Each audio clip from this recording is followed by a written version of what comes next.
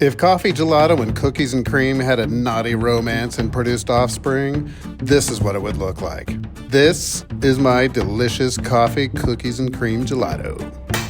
Now let's get started. All right, we're going to start. For this recipe, we need a heavy-based stainless steel, preferably pot. We're going to start by adding our milk.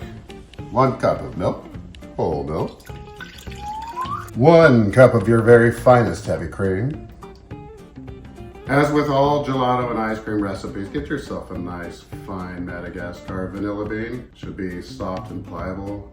Should be super duper fragrant and delicious. We're gonna take a sharp paring knife, slice that baby right down the middle, like so. I'm gonna open it up into the shape of the letter V. I don't even really tear mine. We're gonna take the point of our paring knife and scrape out this delicious group of seeds. Drop the vanilla seeds into the pot of milk and scrape the other half of the vanilla bean.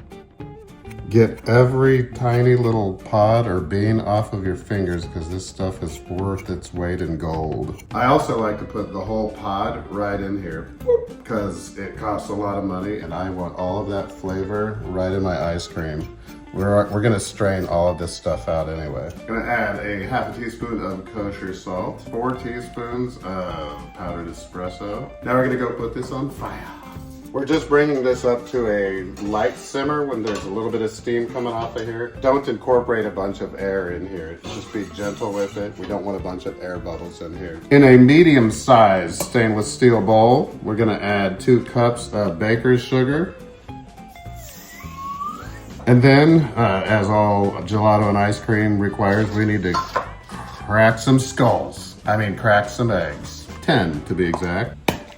In restaurants, we crack these eggs and separate the yolk from the white by hand for several reasons. The number one being, we try to squeeze off this white membrane here called the chalze. We try to squeeze that off with our fingers just to make a more pure product.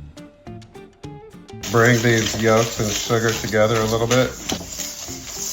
To keep your bowl from sliding around, I'd like to take a wet or a damp towel, give it a twirl like so, twist it. Then we're gonna make a little nest over here, like so. And then we're gonna rest our bowl in here so it doesn't slide around when we're doing our own egg. And now that our yolks are mixed, we're gonna introduce this to the egg yolks. Hey egg yolks, I'm Cream. Nice to meet you. Hey there, Cream. Oh, you're so warm. So hot cream meets cold egg yolks. Hot plus cold equals warm. What we're doing scientifically here is we're denaturing the proteins of the egg yolks so that they won't make scrambled eggs in our bowl, in our pot, as we're cooking this on glaze. For this next part, we're gonna put this away and switch to a wooden spoon, and I'll show you why in a second. We're gonna take this now warm temperature mixture and put this right into the pot again. Scrape our sides out. Now we switch to a wooden spoon. This is my famous Lucky Gelato wooden spoon if you've seen it in our other videos. I like it because it's got a flat edge that matches the bottom of the pot. And it's got these holes in it to allow liquid to permeate and mix. The reason we don't use a wire whisk on this is because we want to gently stir this around so that it doesn't make scrambled eggs on the pan, and a wire whisk will incorporate air into it, causing more of this foam and more bubbles.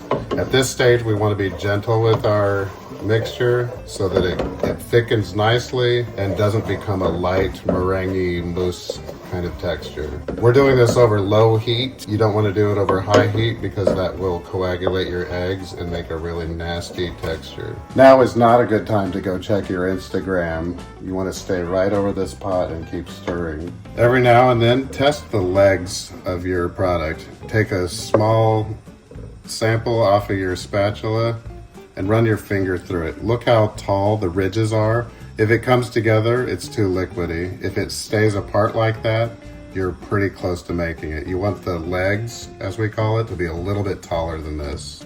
Now it's time to test the legs again.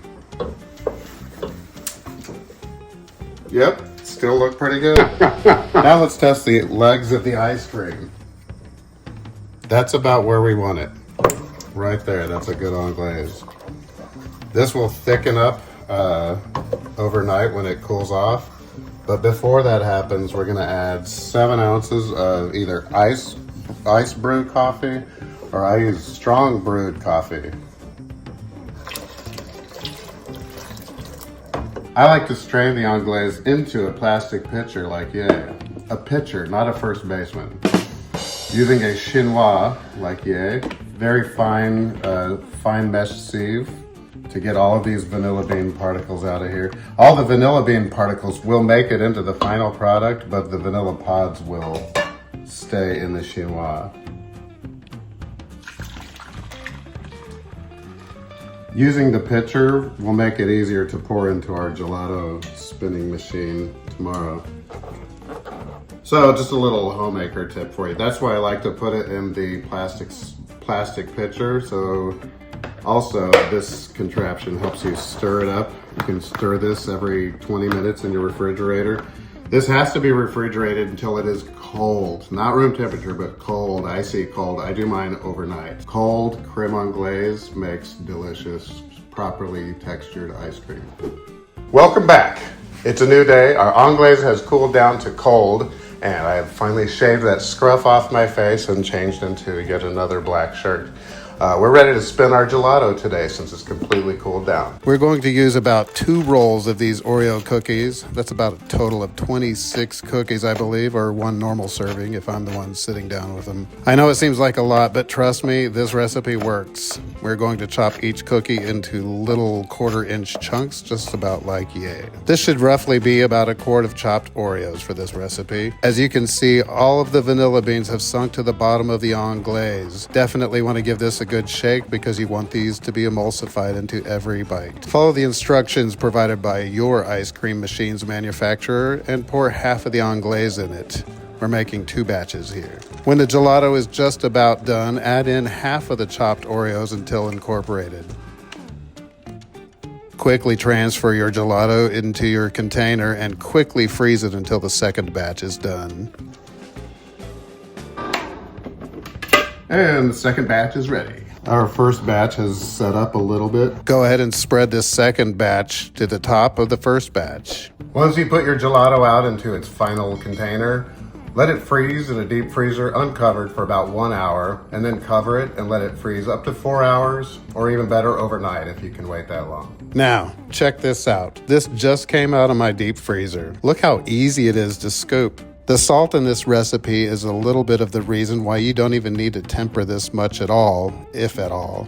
The quality is so much better than the store-bought stuff. Give this recipe a try, folks. You are going to love it. Follow the link in the description for the full recipe. À la prochaine fois.